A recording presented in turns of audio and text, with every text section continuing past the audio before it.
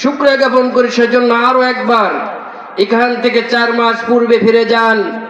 আমরা খোলা পরিবেশে এমনই ভাবে তাফসিরুল কোরআন মাহফিলে কথা বলতে গেলে কিছু মানুষ নামে পশুরা বক্তার সামনে থেকে মাইক্রোফোন ছুঁড়ে ফেলে দিয়েছে। কথা বলেন ঠিক কিনা? প্রিয় ভাইরা আমার, এখান থেকে 4 মাস পূর্বে ফিরে যান। কোর্টের দ্বারে দ্বারে আপনার আমার মতো আলেমেরা ঘুরেছে তারা মাহফিলের অনুমতি নেওয়ার জন্য, কিন্তু একটা মাহফিলের অনুমতি দেওয়ার তারা প্রয়োজন মনে করে নাই। কথা বলেন ঠিক কিনা? অথচ লক্ষ্য করলে দেখা যায় গান হবে, বাজনা হবে, কনসার্ট হবে, পুতুল নাচ হবে, সেখানে অনুমতির কোনো প্রয়োজন হয় নাই। সেখানে প্রশাসন দ্বারা নিরাপত্তার ব্যবস্থা করা হয়েছে। আর কোরআনের মাহফিলে তারা 144 নম্বর ধারা জারি করে কোরআনের মাহফিল বন্ধ করেছে। কথা বলেন ঠিক কিনা? কিন্তু মুজাহিদ যারা হবে, সংগ্রামী যারা হবে, তারা আল্লাহর জমিনে যত বাধা আসুক না কেন, যত নির্যাতন হোক না কেন, যত নিপীড়ন আসুক না কেন, আল্লাহর জমিনে তারা আল্লাহর কোরআন থেকে ইঞ্চি পরিমাণ দূরে সরে যায় না।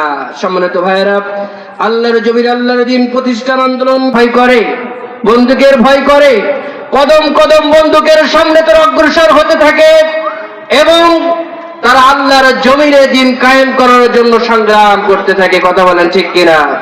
প্রিয় ভাইরা আমার, নজির স্থাপন করে গেছেন মাওলানা মতিউর রহমান নিজামী, নজির স্থাপন করে গেছেন আলী হাসান মোহাম্মদ মুজাহিদ, নজির স্থাপন করে গেছেন আব্দুল কাদের মোল্লা কামরুজ্জামান সহ।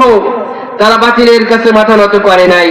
সেই জন্য স্বৈরাচারী সরকার হাসিনা আন্তর্জাতিক অপরাধ ট্রাইব্যুনাল গঠন করে মিথ্যা মামলা দিয়ে, মিথ্যা রাজাকারের ট্যাগ লাগিয়ে দিনের পর দিন তাদেরকে কারাগারে ঢুকিয়ে অবৈধভাবে ফাঁসি দিয়ে এই পৃথিবী থেকে বিদায় করেছেন। কথা বলেন ঠিক কিনা?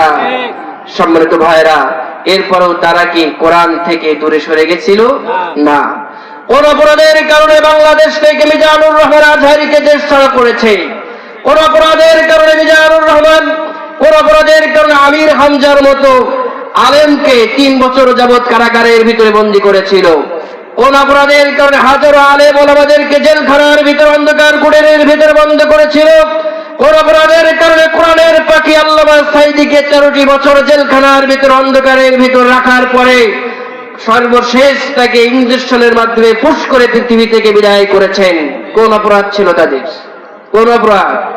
যে অপরাধের কারণে ইব্রাহিম আলাইহিস সালামকে অগ্নিকুণ্ডের ভিতরে নিক্ষেপ করা হয়েছিল, যে অপরাধের কারণে মুসা আলাইহিস সালাম হিজরত করতে হয়েছিল, যে অপরাধের কারণে ঈসা আলাইহিস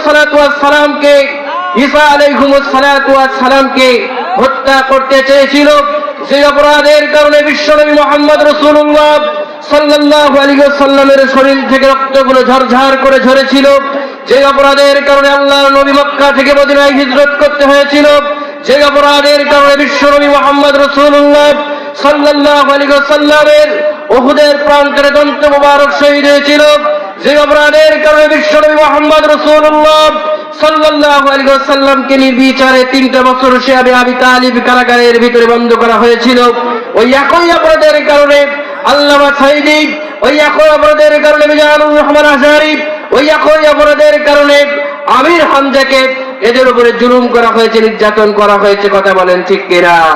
সম্মানিত ভাই।